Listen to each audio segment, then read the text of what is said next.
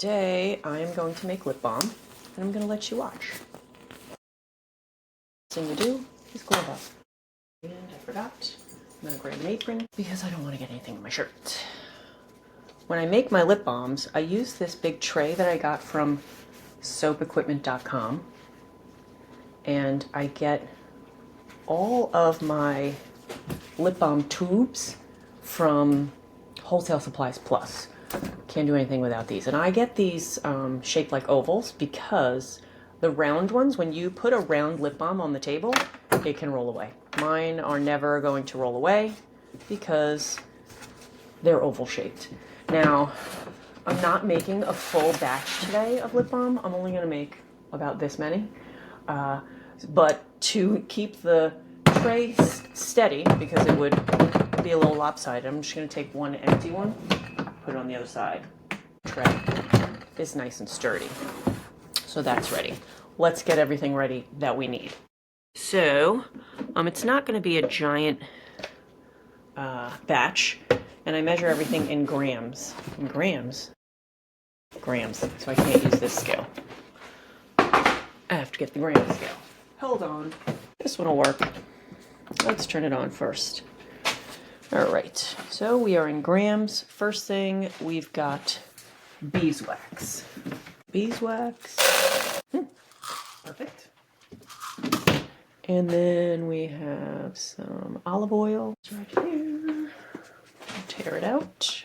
Not olive oil, rice bran oil. And some coconut oil here. This coconut oil smells so delicious. Butter. Now I'm going to melt this down and we mix. Just kidding.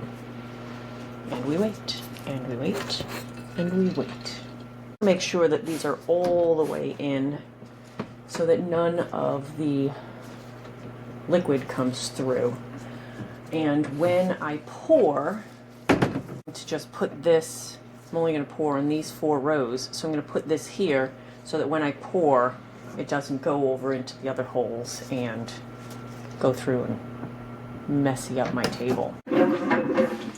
That everything is melted. Put it back on my scale. Turn it on, and I've got some orange flavor, and very orangey. This is very, smells like I just peeled the orange. Go. Very, very little. Go. And I'm just going to stir this for a minute or so to make sure that all of the flavoring mixes well with the oils and the butters and the beeswax.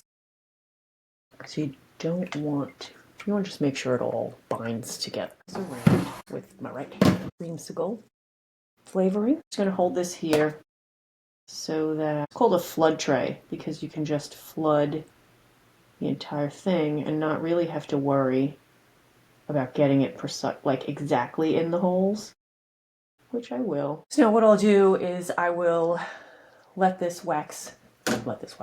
So now what I'll do is I will let the lip balms sit for a few minutes, maybe like 2 or 3 minutes, and then I'll scrape off the top, remelt it, and then I'll pour in the rest of these tubes. You can see how it's turned white already, except in the centers where the tubes are. And also when it cools off, it shrinks down a little bit. So each one of these gets a little bit of a divot in them. But you won't see that when you get the final product, because I'll scrape some more onto the top. You'll see a perfectly smooth top for mine. You can see the tubes are all filled.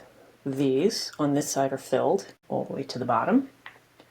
And now that it's cooled off enough, I can just scrape what's left on the flood tray right back in. Now I'll melt this down and fill the rest of the tray. See? I'll melt it right down. Get out as much as we can. Let's see if we can fill the rest of these. I don't think we can. And we'll put the rest on here to just push it right into the tops so that they're all perfectly even. Squish it in there. And that's it. This is how we make the lip balm. And then I'll Pull these out tomorrow, put a cap on it, and label it. And then we've got fantastic lip balm. Thanks.